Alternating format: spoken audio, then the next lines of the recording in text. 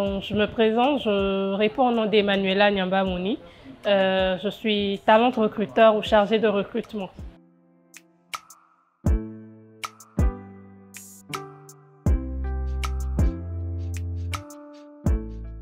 Mon travail consiste à gérer tout ce qui concerne les procédures de recrutement pour les petites entreprises, les grandes entreprises ainsi que les multinationales au besoin.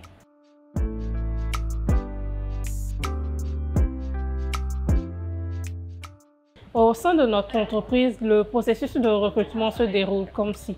Moi déjà, quand je reçois le besoin en termes de recrutement de la part du top management, je déjà prends connaissance de la fiche besoin, c'est-à-dire le besoin en termes de profil, en termes de compétences que recherche l'entreprise donneur d'ordre.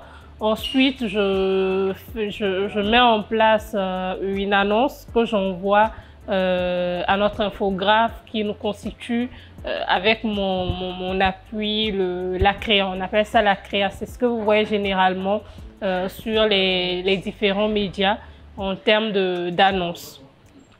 Après la réception de la créa, de par l'infographe, je mets l'annonce au niveau des différents canaux, notamment LinkedIn, Twitter, Facebook, même WhatsApp au besoin, afin de déjà diffuser l'information, le recrutement qui s'est présenté. Ensuite, je reçois des CV pour des personnes qui sont intéressées par le poste. Et en première étape, je passe au tri des CV. Ensuite, je fais un premier lot, c'est-à-dire le lot des personnes qui sont susceptibles d'être, les personnes qui vont en amont avec ce que nous recherchons en termes de besoins. Ensuite, je fais un premier entretien téléphonique. Je contacte ces candidats-là au téléphone. Je déroule déjà un premier entretien. Et suite au premier entretien téléphonique, je fais ma shortlist. Je retiens en moyenne 5 candidats que je dois contacter et que je dois inviter en entretien physique dans nos locaux. Quand ils viennent dans nos locaux, je procède à l'entretien physique avec eux. Et suite à l'entretien physique maintenant, on propose encore une shortlist au client. Ça peut être 3 ou 4 candidats qu'on envoie au client. Maintenant, le client, en fonction de la manière dont il trouve les candidats, pourra choisir un de ces candidats-là.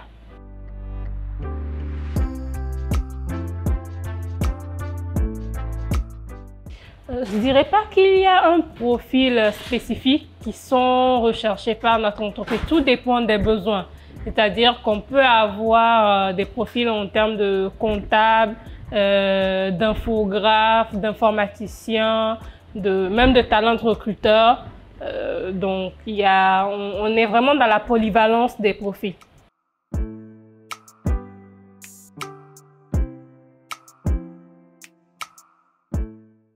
Si l'offre d'emploi ne l'exige pas, il n'est pas obligé de l'envoyer. Il n'est pas obligé de l'envoyer, mais il y en a qui l'envoient. Pourquoi? Pour soutenir en termes de motivation et pour prendre le temps de décrire ce qu'ils recherchent vraiment, expliquer vraiment leur intérêt pour le poste. Donc, quand l'entreprise ne spécifie pas qu'il faut envoyer une lettre de motivation, il n'est pas obligé de l'envoyer.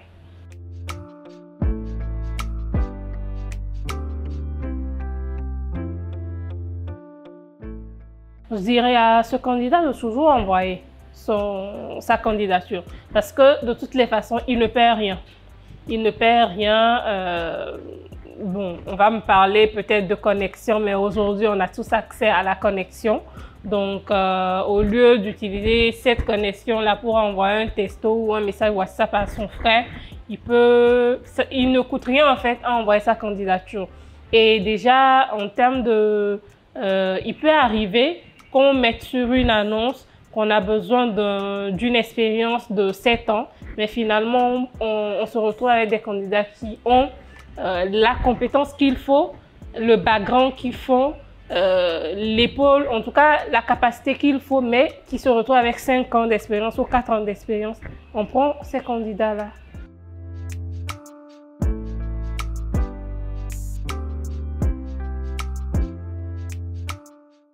Une lettre de motivation, à mon sens, elle devrait, après le premier paragraphe qui décrit la source, c'est-à-dire où est-ce que la personne a vu l'annonce et a postulé, son école ou son entreprise précédente, devrait comporter les compétences, le savoir-faire de la personne et la motivation de la personne.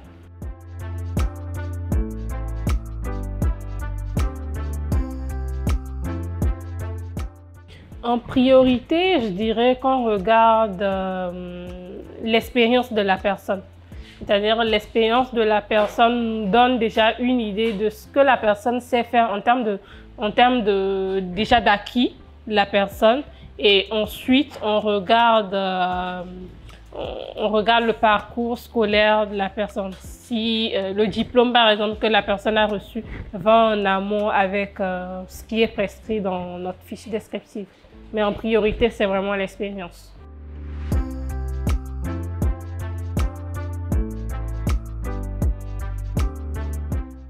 Pour rédiger un bon CV, on remarque aujourd'hui qu'il y a des candidats qui mettent une tonne d'informations dans le CV, alors que sincèrement, les recruteurs, on ne passe pas forcément le temps à analyser le tas d'informations. Ce qui nous intéresse vraiment, c'est la compétence qu'on recherche ou l'expérience que la personne a et qui va en amont avec la fiche de poste.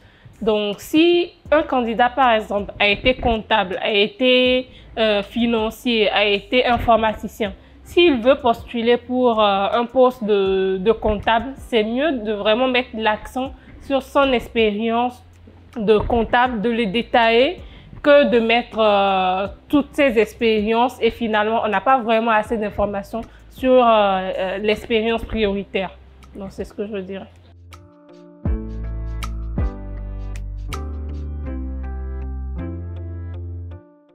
Je pense que les candidatures spontanées sont vraiment importantes.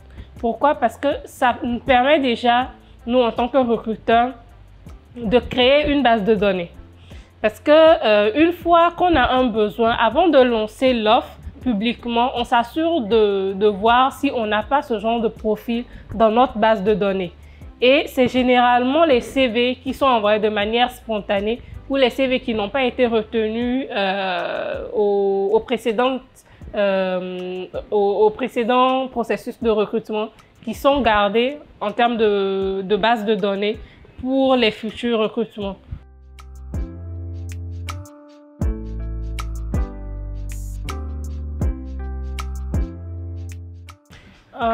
Au moment d'un entretien, on donne déjà le temps à la personne de se présenter, de nous présenter un peu ce qu'a été son parcours, les différentes missions, encore une fois, qui vont en amont avec le poste donné. Ensuite, on pose des questions sur les différentes expériences précédentes des personnes pour mieux appréhender ce qu'a été leur parcours. La relation qu'ils avaient avec leurs différents collaborateurs dans le passé, ce qui nous permet aussi de voir si c'est une personne qui privilégie le travail en équipe ou si c'est une personne qui a l'habitude de travailler de manière autonome. Après, on pose les questions sur les motivations de la personne à prétendre à ce poste-là.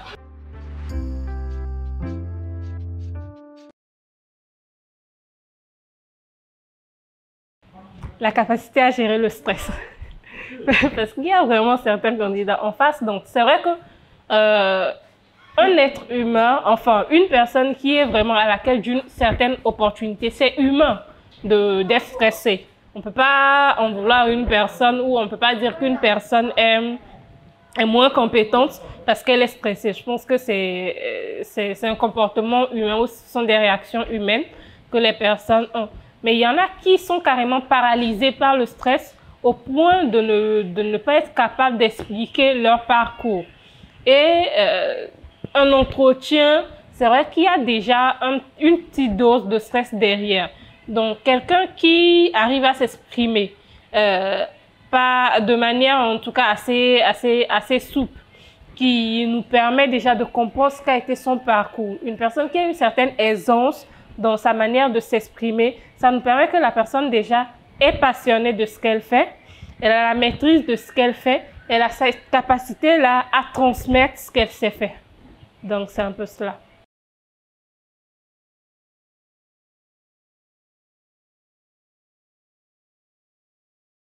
L'expérience, la motivation et la passion. Parce qu'une personne passionnée, elle donne tout. Elle donne tout dans ce qu'elle fait. Et elle a l'amour de son travail, elle a l'amour d'exercer. On est sûr qu'une personne passionnée ne viendra pas du lundi au lundi, le visage enfermé au boulot.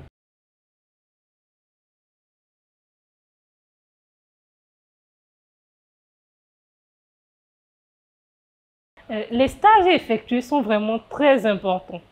Ils sont vraiment très importants parce que c'est pas tout le monde qui a la chance d'avoir un premier contrat ou d'avoir un CDI ou un CDD une fois sorti d'école. Non. Donc, ces stages-là constituent déjà le premier pas dans le monde de l'entreprise, déjà pour le candidat qui aspire à telle opportunité. Ensuite, ça permet à la personne de se construire un début de carrière professionnelle. C'est vrai qu'il y en a qui minimisent les stages, mais les stages sont vraiment importants.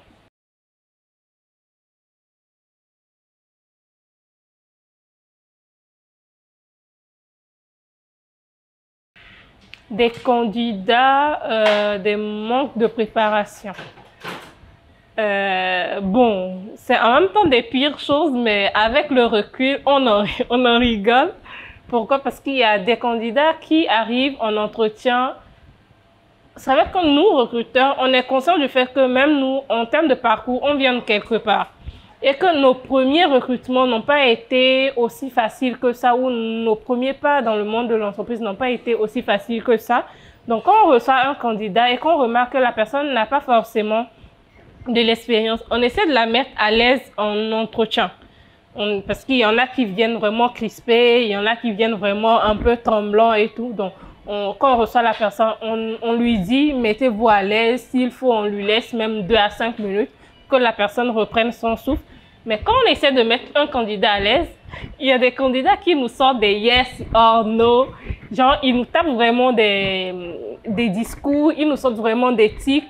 Ils sortent carrément, en fait, du cadre professionnel. Ils tiennent un discours d'amis, je sais pas, de personnes qu'ils ont rencontrées dans la rue. Et ça part vraiment dans tous les sens, en fait. Donc, quand on dit à un candidat de se mettre à l'aise, c'est pas qu'on est en train de changer le cadre qui nous réunit, mais c'est vraiment pour permettre à la personne de nous donner le maximum d'informations. Parce qu'une personne qui est stressée, forcément, ne pourra pas s'exprimer de la manière la plus simple possible. Donc, un candidat à qui on demande, mettez-vous à l'aise, monsieur, qui commence par nous dire, yeah, boy, des trucs comme ça, quelque part, c'est choquant, mais finalement, ça fait rire.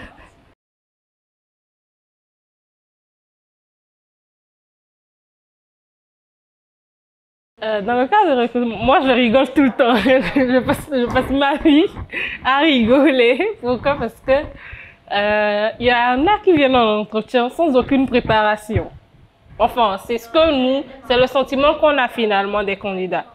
Il y a des candidats qui prennent une certaine, qui sont capables de vous appeler. Bonjour ma grande, vous allez bien? Il y a des candidats qui, franchement, qui ont des comportements assez déplacés, mais parce que après, au fil des mois, au fil des années, on le prend d'une autre manière. Ça nous permet aussi de grandir par rapport à cela et au lieu de s'énerver, de prendre ça juste comme un manque d'expérience.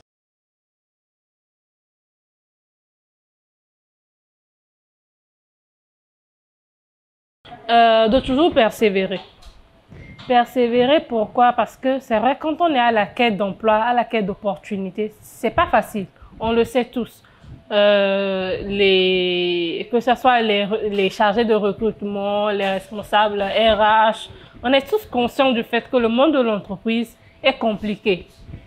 Et il y en a qui se découragent après avoir envoyé 2, 3 CV sans suite.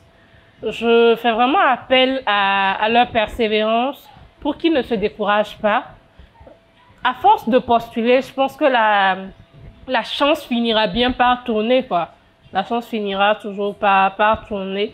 Et moi, quel que soit le Dieu qu'il prie, que ce soit Allah, que ce soit Dieu, je pense qu'il y a toujours cette portée-là assez spirituelle, assez divin, qui nous aide toujours, même si on dit travailler et prier en même temps, les deux vont de pair. Donc, en même temps qu'il cherche des opportunités, qu'il confie ça à Dieu, je pense que tout ira dans le meilleur des mondes.